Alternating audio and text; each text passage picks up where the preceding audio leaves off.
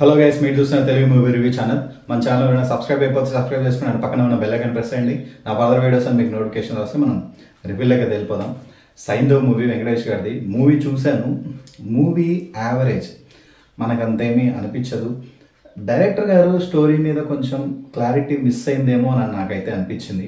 ఎందుకంటే స్టోరీ కూడా అంటే చిన్నదే, బట్ మరి అంత పెద్ద లైనే కాదు, చిన్న లైనే. కానీ లింక్ ఉండదు. జరుగుతున్న విధానం కానీ ఆ స్టోరీకి కానీ ఎలాంటి లింక్ లేకుండా సాగుతూ ఉంటుంది.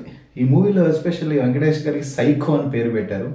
బట్ ఈ మూవీ చూస్తే కనుక వెంకటేష్ గారి సైకో అన్నారు, విలన్ ఉంటాడు, విలన్ సైకో అనిపిస్తుంది మనకి.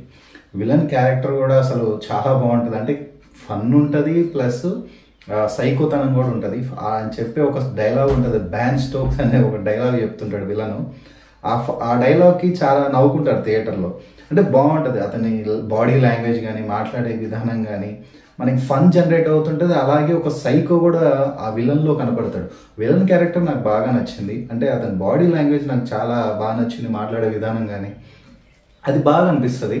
మిగతా స్టోరీ విషయానికి వస్తే ఎక్కడ మనకి వావ్ అంటే బాగుంది అనేది అయితే అనిపించదు మనకైతే మాత్రం.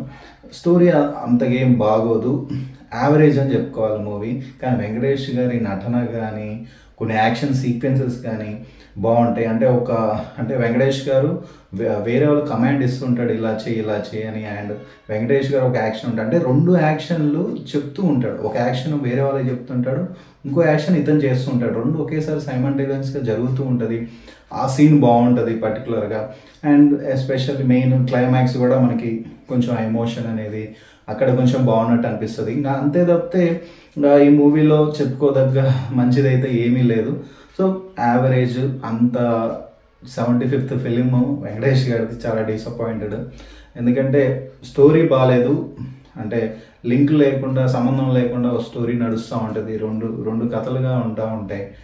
అంటే మనకంత అనిపించదు, ఇంట్రెస్టింగ్గా వెళ్తున్నట్టు కానీ అనిపించదు మనకి. ఫస్ట్ హాఫ్ కొన్ని సీన్స్, అంటే 2-3 సీన్స్ కనుక మెయిన్ ఆ విలన్ క్యారెక్టర్కే మనకి ఇంట్రెస్ట్ వస్తుంది తప్పితే హీరో క్యారెక్టర్ కానీ మిగతా వాళ్ళే కానీ మాత్రం మనకి ఇంట్రెస్టింగ్గా అనిపించదు. మెయిన్ విలన్ క్యారెక్టర్ మనకి చాలా ఇంట్రెస్టింగ్గా ఉంటుంది, ఫన్ ఉంటుంది, యాక్షన్ ఉంటుంది, ఒక సైకోతనం ఉంటుంది విలన్లో.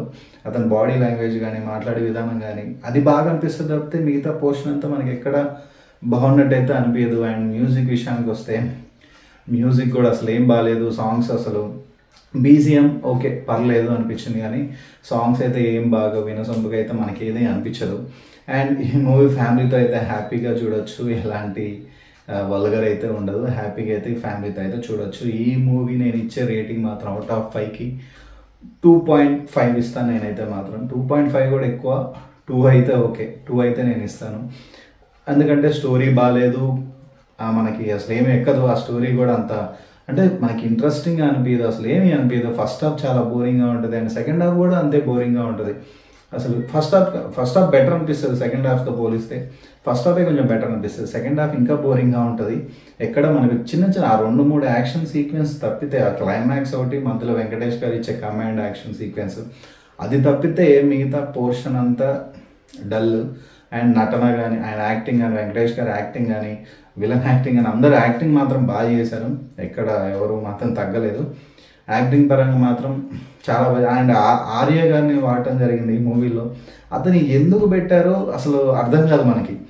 అతను గెస్ట్ రోల్గా పెట్టారా లేకపోతే ఎందుకు పెట్టారో అసలు అర్థం కాదు. ఎందుకంటే అంత ఇంపార్టెంట్ ఇచ్చే క్యారెక్టర్ కాదు. అతను ఫేమస్ యాక్టర్ అయినా సరే కానీ అంత ఇంపార్టెంట్ క్యారెక్టర్ అయితే కాదు ఈ మూవీలో. ఏదో పెట్టారు అంతే. జస్ట్ అతనికి ఆ స్టోరీకి అసలు ఎలాంటి సంబంధం ఉండదు.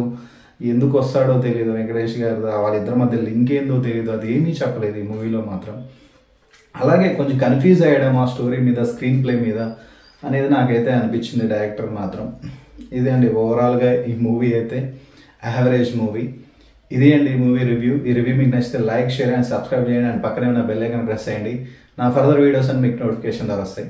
Thank you.